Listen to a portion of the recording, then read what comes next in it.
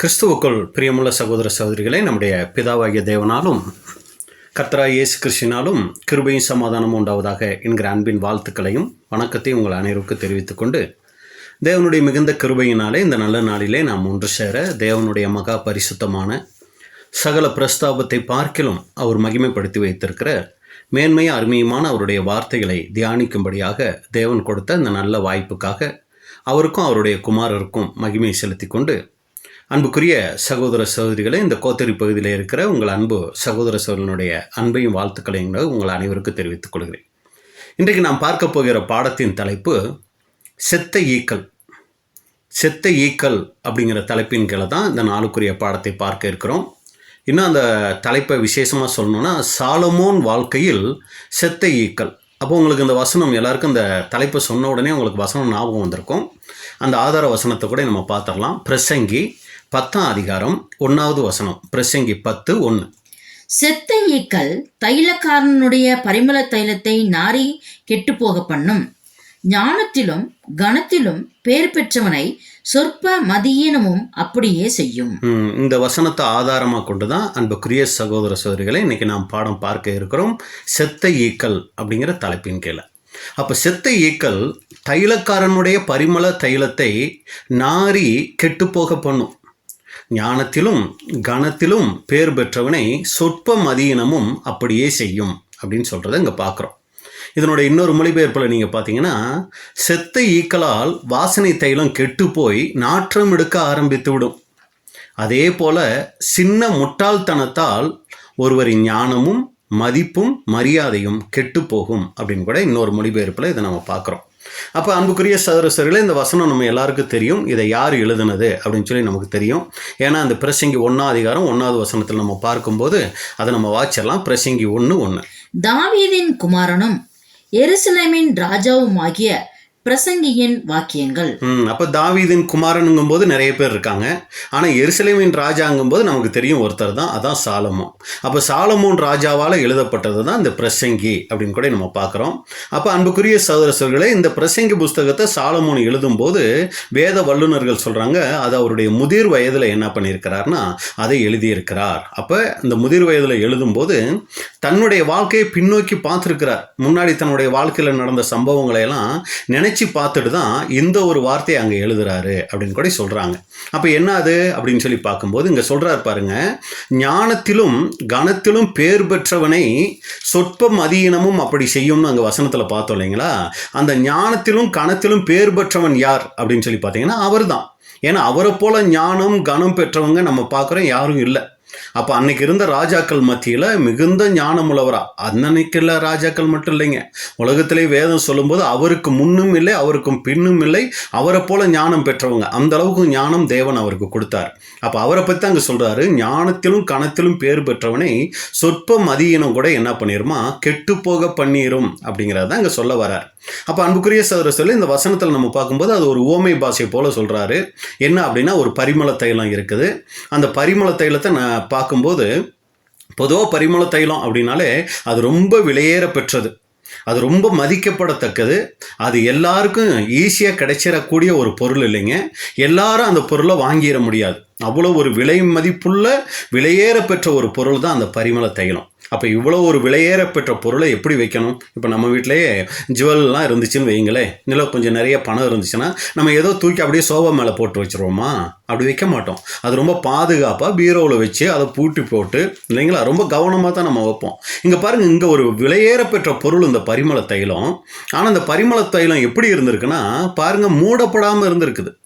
அந்த பரிமள தைலத்தை மூடி வச்சிருந்தா அதுக்குள்ளே போய் என்ன இருக்காது, விழுந்து செத்துருக்காது. அப்போ இங்கே என்ன நடந்திருக்குதுன்னா, அந்த பரிமள தைலம் மூடப்படாமல் திறந்துருந்துருக்குது. அதனால வெளியில் சுற்றி திரியிற ஈக்கள் என்ன பண்ணியிருக்குன்னா அதுக்குள்ளே போய் மூழ்கி இறந்து போயிடுக்குது. அதனால இப்போ நறுமணமுள்ள அந்த பரிமள தைலம் இப்போ என்ன ஆயிடுச்சுன்னா, மதிக்கப்படத்தக்க அந்த பரிமள தைலம் கெட்டு போயிடுச்சு அப்படின்னு பார்க்குறோம். அப்போ இந்த ஓமையின் விளக்கம் என்ன அப்படிங்கன்னா, அந்த பரிமள தைலம் எதை குறிக்குது? அந்த பரிமள தைலம் மூடப்படாமல் திறந்துருந்துச்சே அது எதை குறிக்குது? அந்த பாட்டிலு. அடுத்து அதுக்குள்ளே செத்த ஈக்கள் வந்து விழுந்துச்சே அது எதை குறிக்குது? இந்த பரிமள தைலம் கெட்டு போனது அது எதை குறிக்குது அப்படிங்கிறத நம்ம பார்க்கலாம். அப்போ அன்புக்குரிய சகோதர சகோதரர்கள், முதலாவது இந்த பரிமள தைலங்கிறது எதை குறிக்குது அப்படின்னு பார்க்கும்போது, சாலமோனுக்கு தேவன் கொடுத்துட்ட ஞானம், கனம், அது எல்லாத்த விட முக்கியமான விஷயம் என்ன தெரியுங்களா?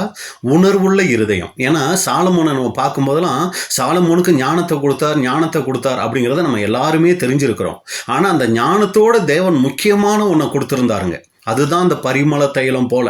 என்னது அது அப்படின்னு சொல்லி பார்த்தீங்கன்னா, உணர்வுள்ள இருதயம். நம்ம வசனம் வாசிக்கலாம். சாலமோன் அங்கே ஜெபிக்கிறாரு. அதை ஜெபிக்கும்போது ஆண்டவர் உனக்கு என்ன வேணும்னு கேட்குறாரு. கேட்கும்போது எனக்கு என்ன வேணும்னா, இந்த இஸ்ரேல் ஜனங்களை நியாயம் விசாரிக்கிறதுக்கு எனக்கு ஞானமுள்ள இருதயத்தை தாங்கன்னு கேட்குறாரு.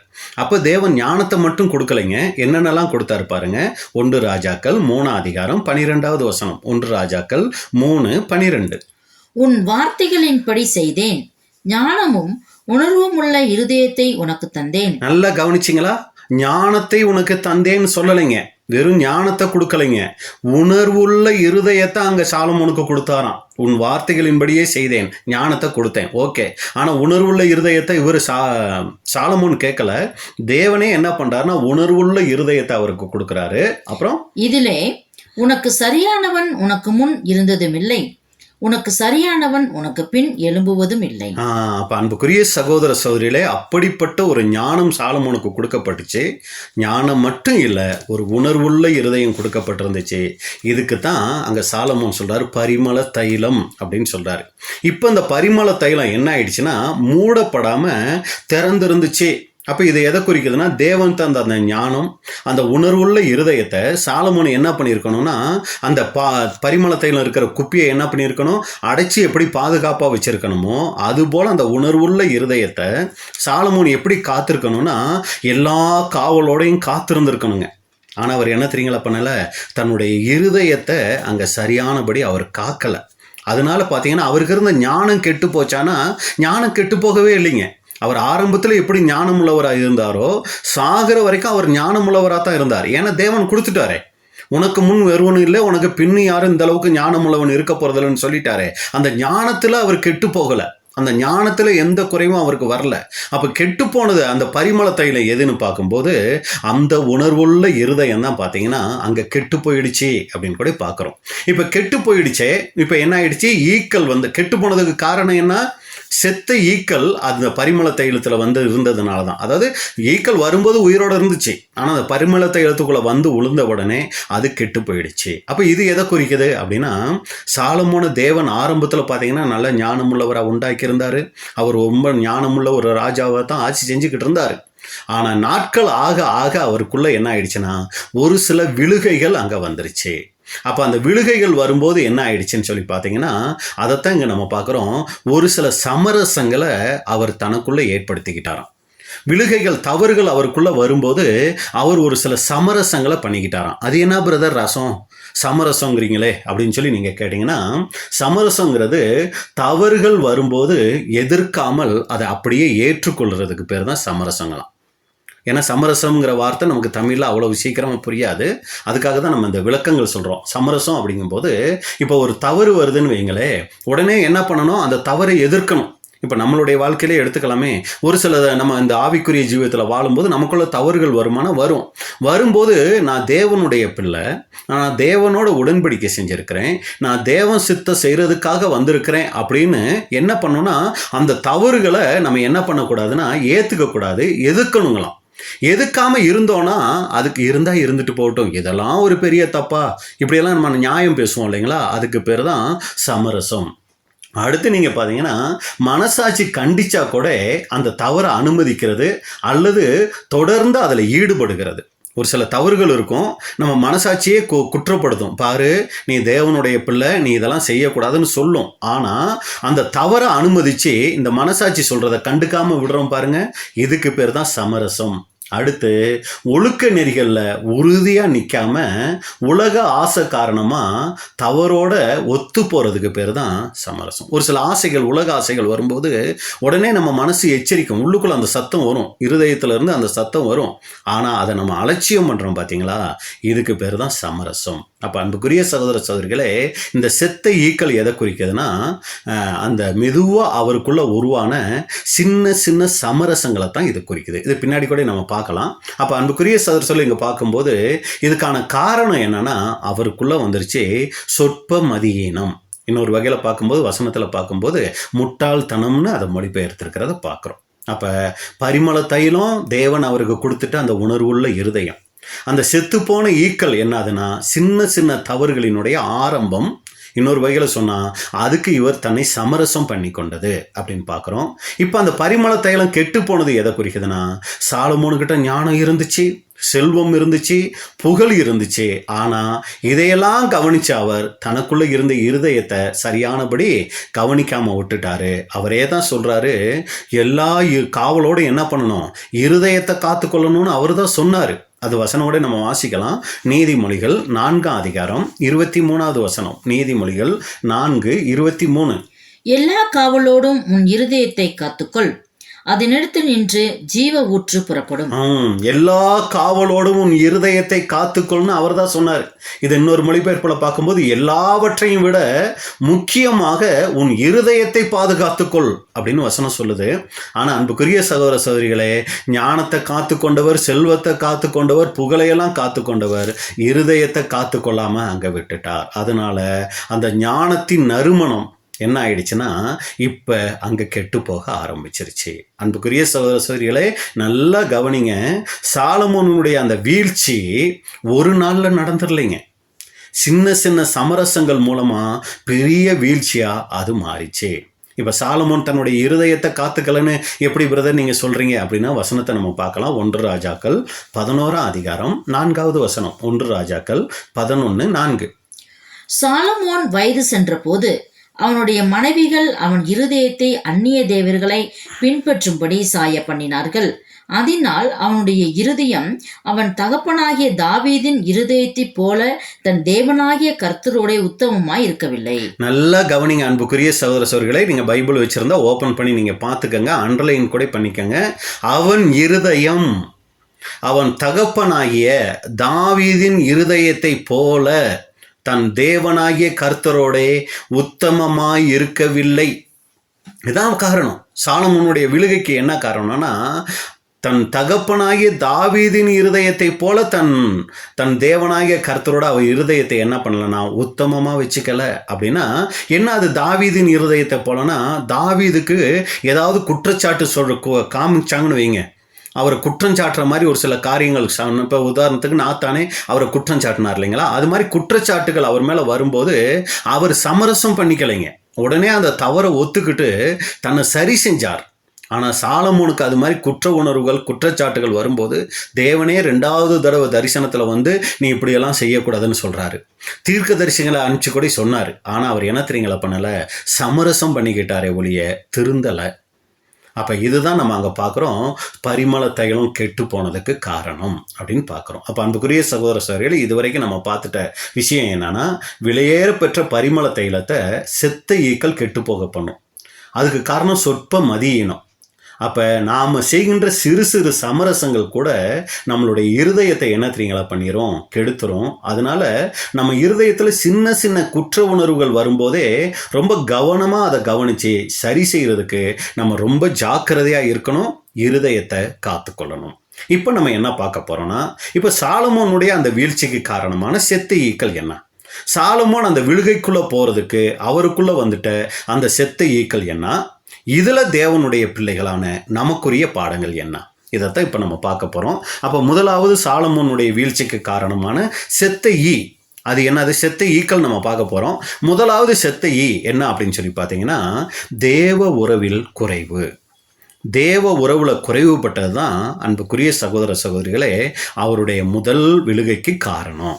நம்ம அநேகமாக என்ன கேள்விப்பட்டிருப்போம், என்ன நம்மளே புரிஞ்சிருப்போம்னா, சாலமோனுடைய வீழ்ச்சிக்கு காரணம் பெண்கள் தாங்க அப்படின்னு தான் நம்ம பொதுவாக, ஏன்னா வசனம் எப்படி சொல்லுது அப்படின்னு சொல்லி பார்த்தீங்கன்னா, 1 ராஜாக்கள் 11:4. 1 ராஜாக்கள் 11ஆம் அதிகாரம் 4வது வசனம்.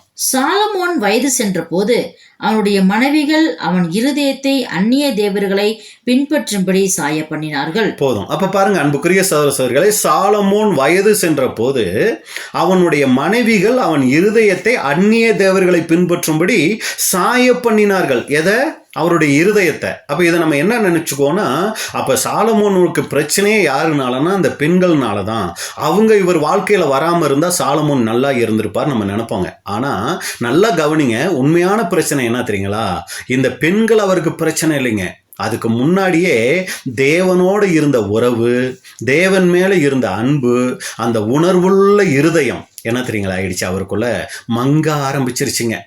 அதான் நம்ம இங்கே பார்க்குறோம். 1 ராஜாக்கள் 11 1 ராஜாக்கள் 11 6 மற்றும் 7. சாலமோன் தன் தகப்பனாகிய தாவீதை போல கர்த்தரை பூரணமாய் பின்பற்றாமல் கர்த்தரின் பார்வைக்கு பொல்லாப்பானதை செய்தான். நல்லா கவனிச்சிங்களா? நம்ம ஏற்கனவே 4வது வசனத்துல பார்த்தோம், அவனுடைய இருதயம் அவன் தகப்பனாகிய தாவீதின் இருதயத்தை போல தன் தேவனாகிய கர்த்தரோட உத்தமமாய் இருக்கவில்லை அப்படின்னு சொல்லி நம்ம பார்த்தோம். இப்போ 6வது வசனம் மறுபடி சொல்லுது, சாலமோன் தன் தகப்பனாகிய தாவீதை போல கர்த்தரை பூரணமாய் பின்பற்றாமல் கர்த்தரின் பார்வைக்கு பொல்லாப்பானதை செய்தான். அப்ப அன்புக்குரிய சகோதர சகோதரிகளே, முதல் சாலமோன் செய்துட்ட காரியம் என்னன்னு பார்த்தீங்கன்னா, தேவன் மேல இருந்த அந்த ஆரம்பத்துல இருந்த அன்பு, தேவன் கொடுத்திருந்த அந்த உணர்வுள்ள இருதயம் இப்ப என்ன தெரியுங்களா ஆக ஆரம்பிச்சிருச்சு. அவருடைய வாழ்க்கையில நாள் ஆக ஆக ஆக அது குறைவுபட ஆரம்பிச்சிருச்சு அப்படின்னு பார்க்குறோம். அப்போ இங்கே நல்லா கவனிக்கணும், ஆலயத்தை கட்டும்போது ஆரம்பத்தில் ராஜாவாகி ஆலயத்தை கட்டினார் இல்லைங்களா, அப்போ இருந்த சாலமோனும் இப்போ நீங்கள் பார்த்தீங்கன்னா விக்கிரகங்களுக்கு மேடைகளை கட்ட ஆரம்பிச்சிருப்பாரு. 1 ராஜாக்கள் அந்த 11 7வது வசனம் வாசிக்கலாம். 1 ராஜாக்கள் 11:7. அப்பொழுது சாலமோன் எருசலேமுக்கு எதிரான மலையிலே மோவாபியரின் அருவருப்பாகிய காமோசுக்கும் அம்மோன் புத்திரரின் அருவருப்பாகிய மோலோக்குக்கும் மேடையை கட்டினார். எப்பொழுது சாலமோன் எருசலேமுக்கு எதிரான மலையில இந்த மோவாபியரின் அருவருப்பாகிய காமோசுக்கும் அம்மோன் புத்திரரின் அருவருப்பான மோலோகிக்கும் மேடையை கட்டுறாருன்னா, தன் தகப்பனாகிய தாவீதை போல கர்த்தரை பூரணமாய் பின்பற்றாம போகும்போது தான் இதெல்லாம் அவருக்குள்ள அங்க வருதுங்க. அப்போ பாருங்க, அன்னைக்கு ஆரம்பத்தில் ஆலயத்தை கட்டிக்கிட்டு இருந்தவர் இப்போ மோலோகிக்கு என்ன பண்ண ஆரம்பிச்சிட்டாரு, விக்கிரகங்களுக்கு மேடையை கட்ட ஆரம்பிச்சிட்டாரு. அப்போ இருந்த சாலமோனும் இப்போ இருந்த சாலமோனும் ஒரே மனுஷன்தாங்க. சூழ்நிலையில் எந்த மாற்றமும் இல்லை. அப்போ ராஜாவாக இருந்தார், இப்போவும் ராஜாவாக தான் இருக்கிறாரு. அப்போ தேவன் கொடுத்த ஞானம் இப்போவும் அதே ஞானம் அப்படியே இருக்கு. அப்போ இருந்த அதே அரண்மனை, அதே செல்வாக்கு இப்போவும் அவருக்கு அப்படியே தான் இருக்குங்க. சரிங்களா? எதுவுமே சூழ்நிலை எதுவுமே மாறலை. அவருடைய வாழ்க்கையில் வேற எந்த மாற்றமும் வரல.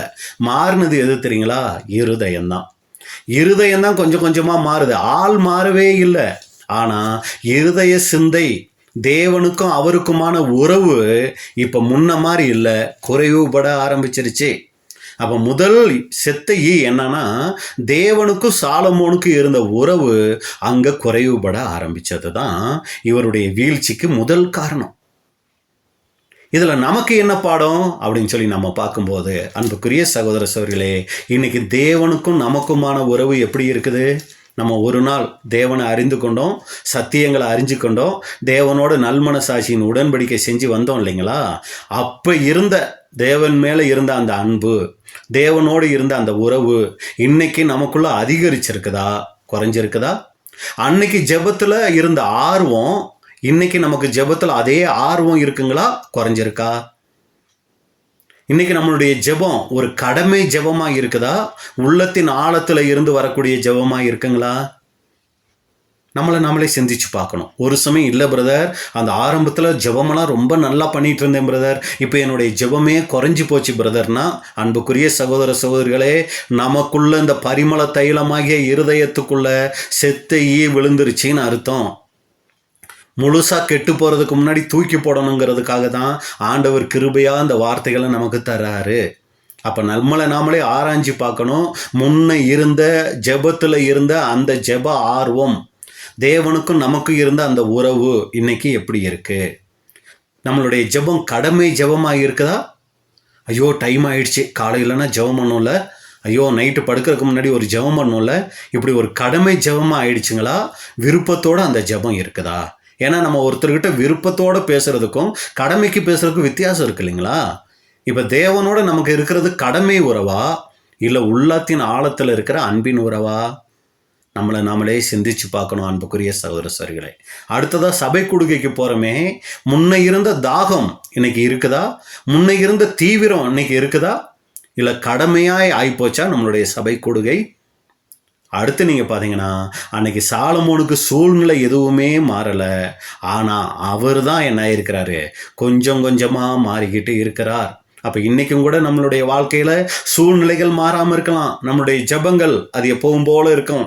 சபை கூடுகை எப்பவும் போல இருக்கும். நாம் செய்கிற ஊழியங்கள் எதுவுமே மாறாமல் எப்பவும் போல இருக்கும். ஆனால் நாம் தேவனை விட்டு கொஞ்சம் கொஞ்சமாக விலகிறதுக்கு அநேக வாய்ப்புகள் இருக்குது. சகோதரர், இதை குறித்து சொல்லும்போது, சாத்தான் ஒருவரை சபையிலிருந்து வெளியேற்றுவதற்கு முன்பு அவருடைய இருதயத்திலிருந்து தேவனை மெதுவாக வெளியேற்றுகிறாராம். கவனிச்சிங்களா? சாத்தான் ஒருத்தரை சபை கூடுகையில் இருந்து வெளியேற்றுறதுக்கு முன்னாடி அவருடைய இருதயத்திலிருந்து முதலாவது தேவனை வெளியே அனுப்புகிறாராம்.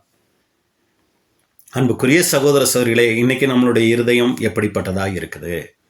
அப்போ இல்லை என்னுடைய வாழ்க்கையில் ஆமாம் இப்போ நான் தேவனை விட்டு தான் குறைஞ்சிருக்கிறேன், இல்லை குறையலை. குறைஞ்சிருக்கிறதுக்கு என்ன அடையாளம் அப்படின்னா, நம்மளுடைய வாழ்க்கையில் ஜெப குறைவுகள் வந்திருக்கும், வேதத்தை தியானிக்கிறதுல குறைவுபட்டவங்களாக இருப்போம், அதே நேரத்தில் உலக காரியங்களில் நம்மளுடைய ஈடுபாடு அதிகரிச்சிருக்கும். அன்புக்குரிய சகோதர சகோதரிகளே, அப்போ முதலாவது செத்த ஈ தேவனுக்கும் சாலமோனுக்கும் இருந்த அந்த உறவு, ஆரம்பத்தில் இருந்த அந்த உறவு இப்போ குறைவுபட்டிருக்கு. உறவே இல்லாமல் போயிடல, உறவு குறைவுபட ஆரம்பிச்சிருச்சு. இது ஒரு செத்த ஈ. ரெண்டாவது சாலமோனுடைய வீழ்ச்சிக்கு காரணமான ரெண்டாவது செத்த ஈ என்னன்னா நகர்தல். நகர்தல் அது என்னது பிரதர் நகர்தல்? இதை எப்படி புரிஞ்சுக்கிறது அப்படின்னு சொல்லி பார்த்தீங்கன்னா, சாலமோன் தேவனை விட்டு முழுசாக போயிடலை, கொஞ்சம் கொஞ்சமாக நகர்ந்தாருங்களாம். திடீர்னு ஒரு நாள் எந்திரிச்சு நான் இனி தேவனை சேவிக்க மாட்டேன் அப்படின்லாம் சாலமோன் சொல்லைங்களாம். அவர் தேவனை வழிபடுறாவே தான் இருந்தார். சரிங்களா? மற்றவங்க முன்னாடி சாலமோன் ரெகுலராக ஆலயத்துக்கு போகிறதும் தேவனை தொழுது கொள்றதும் இதெல்லாம் சரியாக தான் செஞ்சுக்கிட்டு இருந்தார். ஆனால் இருதயத்தில் பார்த்தீங்கன்னா கொஞ்சம் கொஞ்சமாக தேவனுக்கும் அவருக்கும் இருந்த உறவில் அவர் நகர்த்தி கொண்டே இருந்தாருங்களாம். அதாவது 2 ஃப்ரெண்ட்ஸ் இருப்பாங்க, நல்லா ஒட்டி உட்காந்துட்டு இருப்பாங்க. கொஞ்சம் பிரச்சனை வந்த உடனே அப்படியே கொஞ்சம் கொஞ்சமாக நகர்ந்து உட்காந்து கடைசியில் உறவே இல்லாமல் போயிடும் இல்லைங்களா? அந்த மாதிரி தேவனுக்கும் இவருக்குமான உறவு அங்கே ஆகி போச்சு. நகர்தல் அவருக்குள்ளே வந்துட்ட ரெண்டாவது செத்தையி. அப்போ அன்புக்குரிய சகோதர சகோதரிகளை, இதில் நமக்கு என்ன பாடங்கும்போது, நம்மளும் கூட சாலமோனை போல தான், நானும் தேவனையெல்லாம் விட மாட்டேங்க, நான் தேவனை தான் நம்பி இருக்கிறேன் அப்படின்லாம் நம்ம வாயில் நிறைய காரியங்கள் சொல்லுவோம். ஆனால் வீழ்ச்சிங்கிறது ஏதோ ஒரு நாளில் திடீர்னு நடந்துடுறது இல்லைங்க. ஏன்னா நம்மளே ஒரு சில சகோதர சகோதரிகளை பார்க்குறோம், சத்தியத்தை விட்டே வெளியில் போயிடுறாங்க. எப்படின்னா அவங்க அந்த கடைசியாக நடந்த ஒரு காரணத்தை அவங்க மற்றவங்க கிட்ட சொல்லுவாங்க, நம்மகிட்டையும் சொல்லுவாங்க.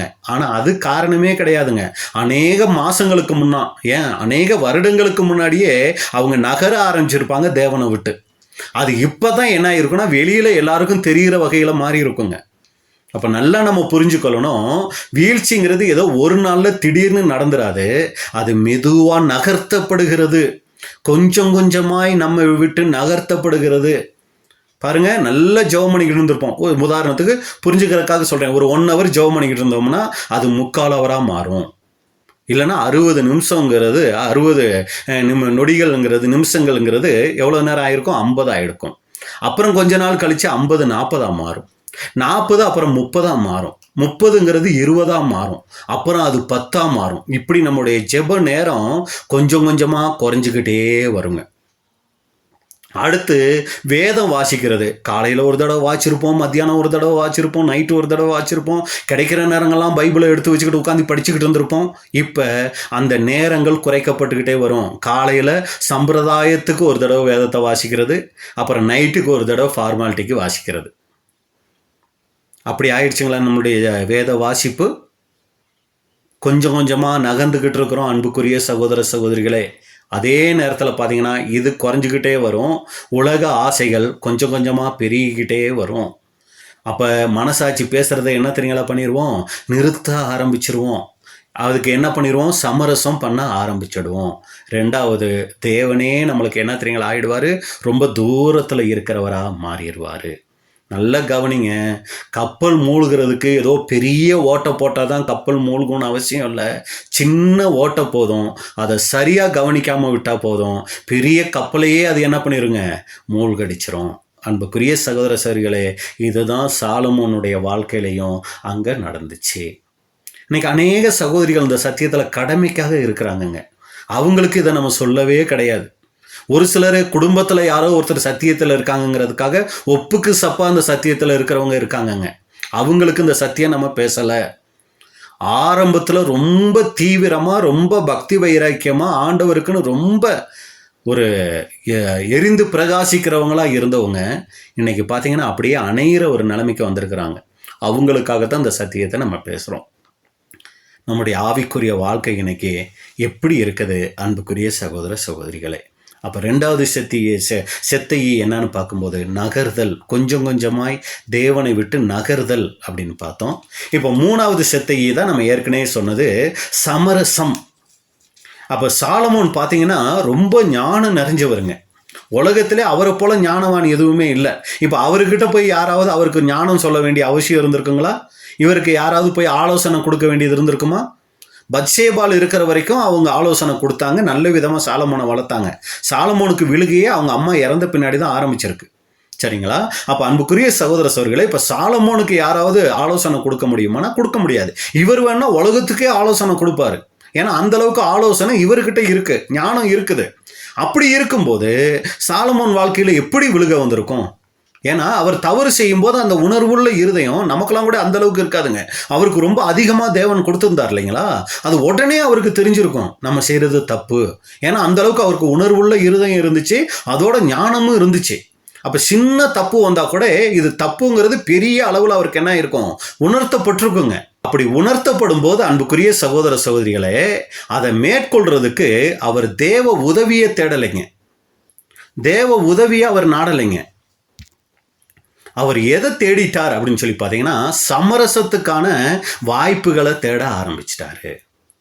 அப்போ அவர் என்ன பண்ணலை அப்படின்னு சொல்லி நீங்கள் பார்த்தீங்கன்னா, அந்த பாவங்கள், அந்த குற்ற உணர்வுகள் வரும்போது அதை மேற்கொள்ளணுங்கிறதுக்கு தேவ உதவியை நாடாமல், அதை வெறுக்காமல், இதெல்லாம் இருந்தால் இருந்துட்டு போகுது, இதெல்லாம் ஒரு பெரிய தப்போ, இதெல்லாம் யாரும் செய்யாத, ராஜாக்கள் செய்யாத தப்பையா நான் பண்ணிட்டேன் அப்படின்னு சொல்லி என்ன தெரியுங்களா பண்ணிட்டாரு, சமரசம் பண்ண ஆரம்பிச்சிட்டாரு. அப்போ அன்புக்குரிய சகோதர சகோதரிகளே, இதில் நமக்கு என்ன பாடம்னா, நம்மளுடைய வாழ்க்கையில் இந்த சத்தியத்துக்குள்ளே வந்த உடனே நம்முடைய வாழ்க்கையில் நாம் செய்கிற தவறுகள் என்னங்கிறது நமக்கு நல்லாவே தெரியுங்க. ஏன்னா தேவன் வேதத்து மூலமாக பரிசுத்த ஆவியை கொண்டு நமக்கு அந்த ஞானத்தை கொடுத்துருக்கிறார். நம்ம தனிப்பட்ட முறையில் அதை உணரலாம். ஒரு சமயம் அதில் நம்ம குறைவுபட்டவங்களாக இருந்தாலும் மற்ற சகோதரர்கள் மூலமாக, தேவனுடைய வார்த்தையின் மூலமாக தேவன் நமக்கு அந்த எச்சரிப்பை கொடுப்பாரு, அதுக்கான ஞானத்தை நமக்கு தருவார். அப்படியாலும் நம்முடைய வாழ்க்கையில் அந்த தவறுகள் உணர்த்தப்படும் போது அன்புக்குரிய சகோதர சகோதரிகளே, முதலாவது அந்த பாவத்தை விடுறதுக்கு நமக்கு விருப்பம் இருக்கணுங்க. தவறுகள், நமக்கு குற்றச்சாட்டுகள் நமக்குள்ள வருங்க. அப்படி வரும்போது அந்த தவறுகள் உணர்த்தப்படும் போது அதை வெறுக்கிறதுக்கும் அந்த தவறை விடுறதுக்கும் நமக்கு விருப்பம் வேணுங்க. அடுத்து அதை ஜெயிக்கிறதுக்கு நம்ம தேவ உதவியை என்ன தெரியுங்களா பண்ணணும், தேடணுங்க. அப்பா, எனக்குள்ள இந்த மாதிரி ஒரு சில தவறுகள்லாம் வருது, என்னால் அதை மேற்கொள்ள முடியலை, எனக்கு நீங்கள் உதவி செய்யுங்க, எனக்கு உங்கள் பரிசுத்த ஆவியை தாங்க அப்படின்னு கேட்கணுங்க. அதை விட்டுட்டு மற்றவங்கள்லாம் அந்த தப்பு செய்கிறாங்களா, மற்றவங்களாம் இப்படி இருக்காங்களா அப்படி இருக்காங்களான்னு பார்த்து அவங்களாம் அப்படி தான் இருக்கிறாங்க, இவங்களே இதெல்லாம் செய்கிறாங்க, நான் இந்த சின்ன தவறு செய்கிறது தான் பெரிய தப்போ அப்படின்னு சொல்லி அந்த தவறோட, அந்த பாவத்தோட சமரசம் செய்யக்கூடாது. அன்புக்குரிய சகோதர சகோதரிகளே, கோவப்படுறோமா, அது தவறு தான். அப்போ அதுக்கு என்ன பண்ணணும், தேவனுக்கிட்ட பலன் கேட்கணும். யாருக்கிட்ட கோவப்படுறோமோ அவங்கக்கிட்ட மன்னிப்பு கேட்கக்கூடிய அந்த மனசுக்குள்ளே நம்ம வந்துடணுங்க. நம்ம படுற கோவத்துக்கு சமரசம் பண்ணிக்கிட்டு இருக்கக்கூடாது. பெருமை நமக்குள்ளே வருதா, அது தவறு தான், அதுக்கு நம்ம சமரசம் பண்ணிக்கிட்டு இருக்கக்கூடாது. அதை தேவனுடைய சமூகத்தில் அறிக்கை செஞ்சு பரிசுத்த ஆவியை கேட்டு அதிலிருந்து ஜெயிக்கிறதுக்கு நம்ம பலன் கேட்கணும். உலக ஆசைகள் வருதா, எல்லாருக்குள்ளேயும் வரும். உங்களுக்குள்ளே எவ்வளோ வருதோ தெரியாது, எனக்கு அதிகமாக வருது. அப்படி வரும்போது நம்ம என்ன பண்ணணும் அப்படின்னா, அதை தேவ சமூகத்துக்கு கொண்டு போகணும். பாருங்க, நான் உங்கள் பிள்ளை இல்லையா, உங்களை நம்பி வந்திருக்கேன், உங்கள் சித்தம் செய்ய வந்திருக்கிறேன், ஆனால் எனக்குள்ள ஏன் இவ்வளோ உலக ஆசைகள் வருது, இதை மேற்கொள்றதுக்கு எனக்கு பரிசுத்த ஆவியை தாங்க, பலனை தாங்கன்னு நம்ம கேட்கணுங்க. அதை விட்டுட்டு அந்த உலக ஆசைகளை விரும்ப ஆரம்பித்தோம்னா, அன்புக்குரிய சகோதர சகோதரிகளே, அதுக்கு நம்மளை சமரசம் பண்ண ஆரம்பித்தோம்னா, அதுதான் இந்த செத்தையை நம்முடைய இருதயத்தை கெட்டு போக பண்ணும். பாருங்க, வேதத்தில் இருக்கிற பரிசுத்தவான்கள் எல்லாரையும் எடுத்துக்கோங்க, அவங்க நம்மளை விட மோசமாக இருந்தவங்க தாங்க. அவங்க வாழ்க்கையில், ஆரம்ப வாழ்க்கையில், கிறிஸ்துவுக்கு முன்னாடி அவங்க வாழ்க்கையெல்லாம் பார்த்தீங்கன்னா ரொம்ப மோசமாக தான் இருந்துச்சு. ஆனால் அவங்களுடைய மரணம் எப்படி இருந்துச்சு, தேவன் மகிமைப்படத்தக்க வகையில் மிக பெரிய அளவில் இருந்துச்சு. எப்படி அவங்கனால மட்டும் அப்படி முடிஞ்சுன்னா, அவங்க தங்களுடைய தவறுகளை உணர்ந்து தேவ சமூகத்தில் ஜெபிச்சு அதையெல்லாம் மேற்கொண்டாங்க. அதே தான் தேவன் நமக்கும் வச்சிருக்காரு. அவர் பச்சைபாதம் உள்ளவரே இல்லைங்க. அப்படிங்கும்போது நம்மளால ஏன் அதை ஜெயிக்க முடியாது? தேவனுக்கிட்ட கிருபை வாங்கணும், பரிசுத்தாவியை வாங்கணும். அன்புக்குரிய சகோதர சகோதரிகளே, அப்போ நம்மளே சிந்திச்சு பார்ப்போம். நம்ம அநேக சத்தியங்கள் அறிஞ்சிருக்கிறோம், அநேக காரியங்கள் நம்ம பெற்றுக்கொண்டு இருக்கிறோம். நாம் இன்னைக்கு அந்த சத்தியங்களுக்கு கீழ்ப்படுகிறோமா, இல்லை நாம் செய்கிற தவறுகளுக்கு நாம் சமரசம் செஞ்சுக்கிட்டு இருக்கிறோமா? பாருங்க, தானியேல், சாத்ராக், மேசாக், ஆபேத்நேகோ அவங்களுக்கும் இது போல சோதனைகள்லாம் வந்துச்சு. அவங்க சமரசம் பண்ணிக்கல அந்த தவறுகளோட. நாங்களும் அவங்களும் தான் அங்கே இஸ்ரேல் தேசத்துலேருந்து பாபிலோன் வந்திருக்கோம். இது அந்நிய ஜாதி ஊர். இங்கெல்லாம் நாங்கள் எப்படிங்க அந்நிய தெய்வத்தை வணங்காம இருக்க முடியும்? நாங்கள் சும்மா கீழே விழுந்து எந்திரிச்சுக்கிறோம், நாங்கள் வணங்கலாம் இல்லை அப்படின்னு ஏதாவது சமரசம் பண்ணிக்கிட்டாங்களா? இல்லைங்க. அவங்களுடைய கொள்கையில் உறுதிப்பாட்டில் உறுதியாக இருந்ததுனால தான் வேதம் அவர்களுடைய பெயரை இன்னைக்கு பதிவு பண்ணியிருக்குது. அதே போல் ஆரோனை எடுத்துக்கிறோம். ஆரோனுக்கு பாருங்கள், ஜனங்களெல்லாம் சொல்லி எங்களை எகிப்து தேசத்துல நடத்தின தெய்வத்தை எங்களுக்கு முன்னாடி செய்யின்னு சொல்லி சொன்ன உடனே இவர் உடனே பொன் கண்குட்டி செஞ்சிட்டாரு. எங்களை வழி நடத்துறதுக்கு தெய்வங்களை உண்டு பண்ணும் அப்படின்னு சொன்ன உடனே சமரசம் ஆகிட்டா இருப்பாருங்க. அங்கே இஸ்ரேல் ஜனங்களை திருப்திப்படுத்துறதுக்கு பொன் கண்குட்டி செஞ்சிட்டாரே. அவர் எதிர்த்து நிற்கலையே அந்த இடத்துல. சவுல அமலேக்கியரெல்லாம் கொன்னுருங்கும் போது அவர் அங்கே சமரசம் பண்ணிக்கிட்டாரு. இப்போ நாம தானியேல், சாத்ராக், மேசாக் போல எதிர்த்து நிற்க போகிறோமா, இல்லை ஆரோன், சவுலு போல சமரசமாகிட போகிறோமா? அப்போ அன்புக்குரிய சகோதர சகோதரிகளே, சாலமோனுடைய விழுகைக்கு காரணம் முதலாவது தேவனுக்கும் அவருக்கும் இருந்த உறவுல குறைவு வர ஆரம்பிச்சிச்சு. தேவனை விட்டு கொஞ்சம் கொஞ்சமாக நகர ஆரம்பிச்சாரு. அப்புறம் தானே செய்கிற தவறுகளுக்கெல்லாம் சமரசம் பண்ணிக்க ஆரம்பிச்சாரு. நான்காவது அவருக்குள்ள இருந்த முக்கியமான ஒரு அந்த விழுந்து போன செத்த இது ரொம்ப கவனிங்க. என்ன தெரியுங்களா? தேவனுக்கு இல்லை, தேவன் தந்தவைகளுக்கு முக்கியத்துவம் கொடுக்க ஆரம்பித்தார். நல்லா கவனிங்க அன்புக்குரிய சகோதர சகோதரிகளே, தேவனுக்கு கொடுக்க வேண்டிய முக்கியத்துவத்தை விட்டுட்டு தேவன் தந்தவைகளுக்கு அவர் முக்கியத்துவம் கொடுக்க ஆரம்பிச்சிட்டாரு. பாருங்க, சாலமோன் தேவனுக்கு அவ்வளோ பெரிய ஆசீர்வாதத்தை கொடுத்தாரு. அதாவது ஞானத்தை, உணர்வுள்ள இருதயத்தை, அந்த செல்வாக்கு எல்லாத்தையும் கொடுத்தாரு. ஆனால் சாலமோன் தேவன் கொடுத்த அந்த ஆசீர்வாதங்களை நேசிக்க ஆரம்பிச்சிட்டாருங்க. ஆனால் ஆசீர்வாதம் தந்த தேவனை இழக்க ஆரம்பிச்சிட்டாரு. சாலமோனுக்கு தேவன் கொடுத்தது ஞானம், செல்வம், வெற்றி, புகழ் இது எல்லாம் கொடுத்துருந்தாருங்க. ஆனால் ஒரு நாள் வர வர என்ன தெரியுங்களா ஆகிட்டாரு? அவர் கொடுத்த அந்த ஞானத்தை ரொம்ப நேசிச்சிட்டாரு, செல்வத்தை ரொம்ப நேசிச்சிட்டாரு, வெற்றி புகழை ரொம்ப விரும்பிட்டாரு. அதை கொடுத்த தேவனை 2ஆம் பட்சமாக்கிட்டாரு.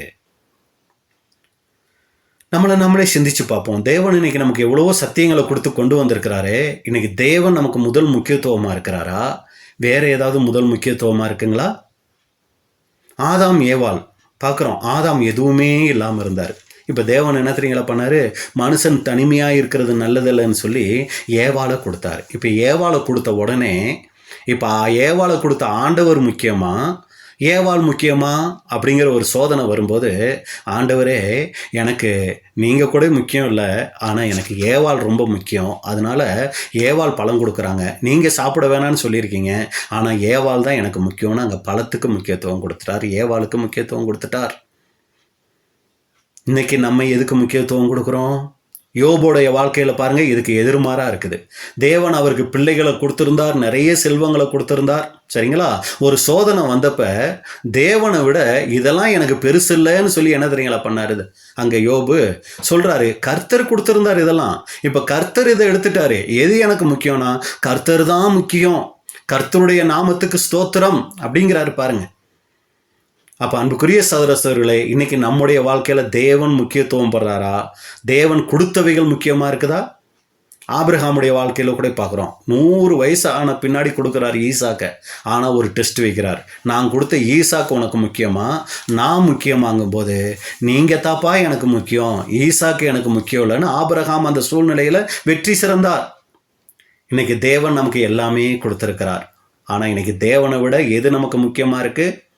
இன்னைக்கு நமக்கு அநேக சகோதரர்களுடைய நிலைமை இதுதாங்க.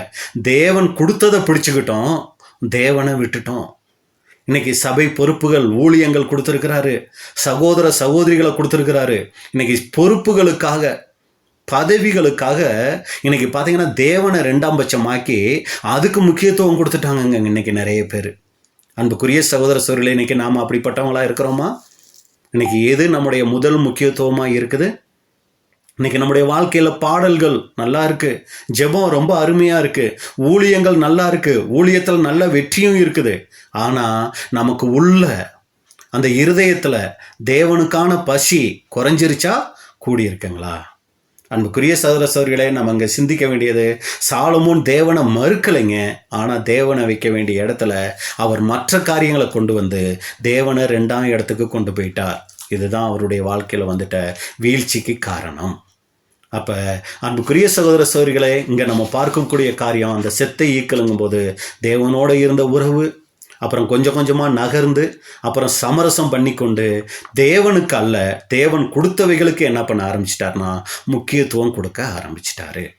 5ஆவதாக நம்ம பார்க்குறோம், சாலமோனுடைய வாழ்க்கையில் வந்துட்ட அந்த செத்த ஈ என்னன்னு பார்க்கும்போது அவருடைய வாழ்க்கையில் வழி விலகக்கூடிய காரியங்கள். 1 ராஜாக்கள் 11ஆம் அதிகாரம் 4வது வசனம். 1 ராஜாக்கள் 11:4.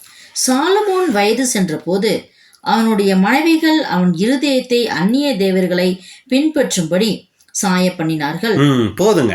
அப்போ அன்புக்குரிய சகோதர சகோதரிகளுங்க, நம்ம 5ஆவதாக பார்க்கும்போது சாலமோனுடைய வாழ்க்கையின் அந்த வீழ்ச்சிக்கு காரணம் பார்த்தீங்கன்னா அந்த வழிவிலகு காரணம் இறுதி காலம், முதிர் வயதான போது. இங்கே நல்லா கவனிங்க அன்புக்குரிய சகோதர சகோதரிகளே, சாலமோன் இளைஞனாக இருக்கும்போது ரொம்ப தீவிரமாக ஆண்டவருக்குள்ளே இருந்தாருங்க. ரொம்ப பக்தி வைராக்கியம் பயங்கரமாக இருந்துச்சு.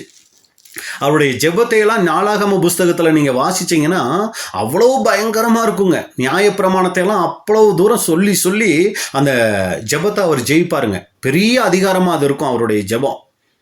இப்படி இருந்த சாலமோன் முதிர் வயதாகும்போது ஆண்டவரை விட்டு விலகி போயிட்டாரு. ஆரம்பம் ரொம்ப அருமையாக இருந்துச்சு. அவருடைய ஜெபமாக இருக்கட்டும், ஆலயத்தை கட்டுறதா இருக்கட்டும், தேசத்தை நடத்துகிற விதமாக இருக்கட்டும். தேசத்தை எப்படி நடத்தினா தெரியுங்களா? ரொம்ப அமைதி. சாலமோன்னாலே சமாதானம் தானுங்களே. தேசம் அவ்வளோ அமைதியாக இருந்து, வசனம் நம்ம வாசிக்கலாம். 1 ராஜாக்கள் 4:25. தேசம் எப்படி இருந்துச்சான் பாருங்க. 1 ராஜாக்கள் 4:25. சாலமோனுடைய நாளெல்லாம் தான் துவக்கி பெயர்செபா மட்டும் யூதாவும் இஸ்ரேலும் அவரவர் தங்கள் தங்கள் திராட்சை செடியின் நிலையிலும் தங்கள் தங்கள் அத்திமரத்தின் நிலையிலும் சுகமாய் குடியிருந்தார்கள். பாருங்க அன்புக்குரிய சகோதர சகோதரிகளே, அவருடைய ஆட்சி எப்படி இருந்துச்சு அப்படின்னு சொல்லி நம்ம பார்க்கும்போது ரொம்ப அமைதியான ஆட்சியா இருந்திருக்குங்க. தான் துவக்கி பெயர்செபா மட்டும் முழு இஸ்ரேல் தேசமும், அடுத்து யூதாவும் இஸ்ரேலும், அந்த 12 கோத்திரமும் அவரவர் தங்கள் தங்கள் திராட்சை செடியின் நிலையிலும் தங்கள் தங்கள் அத்திமரத்தின் நிலையிலும் சுகமாய் குடியிருந்தார்கள். தேசத்தை ரொம்ப அமைதியா ஆண்டவருக்குள்ள அருமையா நடத்திக்கிட்டு இருக்கிறாரு.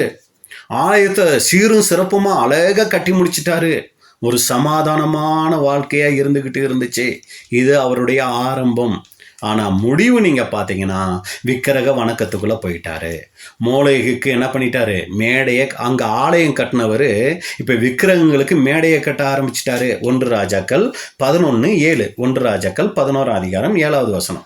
அப்பொழுது சாலமோன் எருசலேமுக்கு எதிரான மலையிலே மோவாபியரின் அருவருப்பாகிய காமோசுக்கும் அம்மோன் புத்திரரின் அருவருப்பாகிய மோலோக்குக்கும் மேடையை கட்டினான். ஆலயம் கட்டின மனுஷன் தாங்க இவர் கட்டின ஆலயம் தான் சாலமோன் கட்டின தேவாலயம்.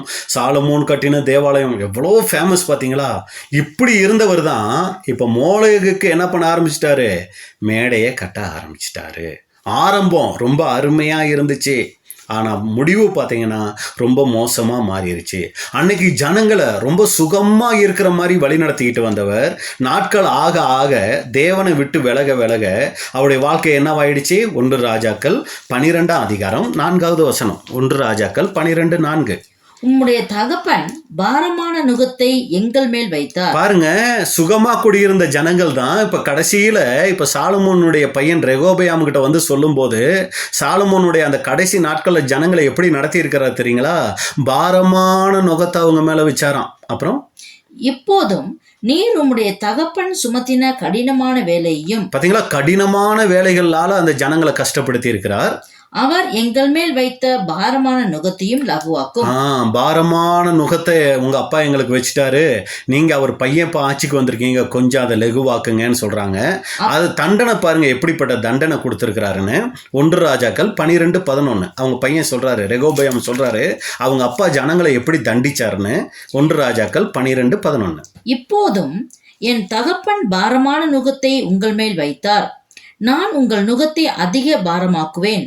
என் தகப்பன் உங்களை சவுக்குகளினாலே தண்டித்தார், நான் உங்களை தேள்களினாலே தண்டிப்பேன் என்று நீர் அவர்களோடு சொல்ல வேண்டும் என்றார்கள். பாத்தீங்களா, சவுக்குல அடிச்சிருக்கிறாருங்க. அந்த ஜனங்களை ஆரம்பத்தில் சுகமாக குடியிருந்தாங்க. எப்போ ஆண்டவருக்குள்ள சாலமோன் இருக்கும்போது ஜனங்களை அவ்வளோ அமைதியாக சமாதானமாக ஆட்சி செஞ்சுருக்கிறாரு. ஆனால் நாள் ஆக ஆக விக்கிரக பின்னணிக்குள்ளே போன பின்னாடி அந்த ஜனங்களை பயங்கரமாக கொடுமைப்படுத்தி அவதிப்படுத்தி இருக்கிறார். அப்போ பாருங்கள், இதில் நம்ம பார்க்கக்கூடிய காரியம் என்னன்னு சொல்லி பார்த்தீங்கன்னா, அந்த ஆரம்பம் பெருசு கிடையாது, முடிவு ரொம்ப முக்கியம். பிரசங்கி 7ஆம் அதிகாரம் 8வது வசனம். பிரசங்கி 7:8. ஒரு காரியத்தின் துவக்கத்தை பார்க்கிலும் அதன் முடிவு நல்லது. இதை இப்போ சாலமோன் தாங்க எழுதியிருக்கிறாரு. சாலமோனே எழுதிட்டு அவர் சொல்கிற காரியத்தை பார்த்தீங்கன்னா, துவக்கத்தை பார்க்கிலும் அதன் முடிவு நல்லது. இதில் நமக்கு என்ன பாடங்கும் போது, அன்புக்குரிய சகோதரர்களே, இந்த சத்தியத்துக்குள்ளே நம்ம அநேக வருடங்கள் இருக்கலாம், சரிங்களா? நம்ம இந்த சத்தியத்தில் ரொம்ப சீனியராக இருக்கலாம், நம்ம கூட சொல்லிக்குவோம் இல்லைங்களா, அவர் இந்த சத்தியத்தில் சீனியர் பிரதருங்க, அவர் சீனியர் சிஸ்டருங்க அவங்க, அப்படின்லாம் நம்ம சொல்லுவோம் இல்லைங்களா? இப்படி நம்ம சீனியராக இருக்கலாம், தப்பே இல்லை, நல்ல விஷயம், அது ரொம்ப ஆசீர்வாதமான விஷயம். அதே நேரத்தில் நம்முடைய இருதயம் இன்னைக்கு எங்கே இருக்குது? பரிமள தைலம் கெட்டு போயிருக்குங்களா? செத்த ஈக்களால் கெட்டு போயிருக்குதா? இல்லை பரிமள தைலம் பரிமள தைலமாகவே இருக்குதா? ஆரம்பத்தில் தேவனுடைய ஆலயத்தை கட்டிக்கிட்டு இருந்த நாம இன்னைக்கு நமக்குள்ள எதை கட்டிக்கிட்டு இருக்கிறோம்? ஒரு சமயம் மூலிகைக்கு மேடை எதுவும் கட்டிகிட்டு இருக்கிறோமா? அன்னைக்கு இருந்த பக்தி வைராக்கியம், அன்னைக்கு நமக்குள்ளே இருந்த அந்த சமாதானம் இன்னைக்கு நமக்குள்ளே இருக்குங்களா? சத்தியத்துக்குள்ளே வரும்போது நம்ம குடும்பத்தில் ஒரு பெரிய சமாதானம் இருந்திருக்கும். ஏன்? நம்ம தேவனுக்கு பயந்து நடந்திருப்போம். அப்போ ஒவ்வொரு காரியத்திலையும் நம்ம என்ன பண்ணியிருப்போம்? ரொம்ப எச்சரிக்கையாக பய உணர்வோடு நடந்திருப்போம். அப்போ நம்ம தேவனுக்கு நம்முடைய குடும்பத்தையே ஒரு ஆலயமாக கட்டிக்கிட்டு இருந்திருப்போம். இன்னைக்கு நம்முடைய குடும்பம் தேவன் தங்கக்கூடிய ஒரு ஆலயமாக இருக்குங்களா? இல்லை நம்முடைய குடும்பம் மோலோகினுடைய மேடையாக மாறிடுச்சா? அன்புக்குரிய சகோதரர்களே, நாமளே சிந்திச்சு பார்க்கணும். அப்போ சாலமோனுடைய வாழ்க்கையில் விழுந்த செத்த ஈக்கள் அது பெண்களான்னு சொல்லி பார்த்தீங்கன்னா இல்லைங்க. பொண்ணா அப்படின்னு சொல்லி பார்த்தீங்கன்னா இல்லைங்க. விக்கிரகங்களா அப்படின்னு சொல்லி பார்த்தா இல்லைங்க. ஏன்னா இதைத்தான் நம்ம காரணமாக பார்ப்போம். ஆனால் இதெல்லாம் அவருடைய பின்னாட்களில் வந்ததுங்க. ஆனால் அதுக்கு முன்னாடி அவருக்குள்ள என்ன தெரியுங்களா வந்துடுச்சு? முதலாவது செத்த தேவனோடு இருந்த நெருக்கத்தை அவர் கொஞ்சம் கொஞ்சமாக குறைக்க ஆரம்பித்தது தான். 2வது தேவனை விட்டு கொஞ்சம் கொஞ்சமாக நகர்ந்தது தான். 3வது தவறுகள் வரும்போது அதை சமரசம் பண்ணிக்கிட்டது தான். 4வது தேவனுக்கு முக்கியத்துவம் கொடுக்காம தேவன் கொடுத்தவைகளுக்காக முக்கியத்துவம் கொடுத்தது தான். 5வது பார்த்தீங்கன்னா, அந்த வழி விலகி ஆரம்பத்தில் இருந்த அந்த ஒரு பக்தி வைராக்கியமெல்லாம் வழி விலகி அவர் முதிர் வயதில் தேவனை விட்டு விலகிறார். பரிமள தைலமாக இருந்த இருதயம் இப்போ என்ன ஆயிடுச்சுன்னா கெட்டு போயிடுச்சு.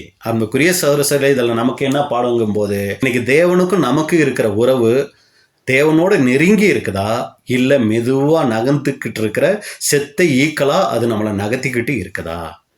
அந்த செத்த ஈக்கள் நம்முடைய வாழ்க்கையில் ஒரு சமயம் அது பெருமையாக இருக்குங்களா, இல்லை பண ஆசையாக இருக்கா, ஒரு சமயம் யாருக்கும் தெரியாத மறைக்கப்பட்ட ஒரு பாவமாக இருக்கா, இல்லை அலட்சியமாக இருக்கா? ஒவ்வொரு காரியத்துக்கும் நீங்கள் பார்த்தீங்கன்னா முக்கியமாக பார்த்தீங்கன்னா அலட்சியம், ரொம்ப அலட்சியங்க. சபை கூடுகைக்கு அலட்சியம், ஜெபத்துக்கு அலட்சியம், வேத வாசிப்புக்கு அலட்சியம், ஊழியத்தில் அலட்சியம், எல்லாத்துலேயும் அலட்சியங்க. பேசுறது ஒன்று, நடக்கிறது ஒன்று. அதுக்கு கொஞ்சம் கூட பயமே இல்லாத ஒரு அலட்சியத்தன்மை. உலக பற்றுதலா, ஒரு சமயம் சபை பொறுப்புகளா? ஏன்னா இன்னைக்கு சபை பொறுப்புகளை வச்சுக்கிட்டு தேவனை விட்டுருப்போம். சபை பொறுப்புகளை நம்ம தேவனாக்கி வச்சுருப்போம். ஊழியத்தை தேவனாக்கி வச்சுட்டு தேவனை 2வது இடத்துக்கு கொண்டு போயிருப்போங்க.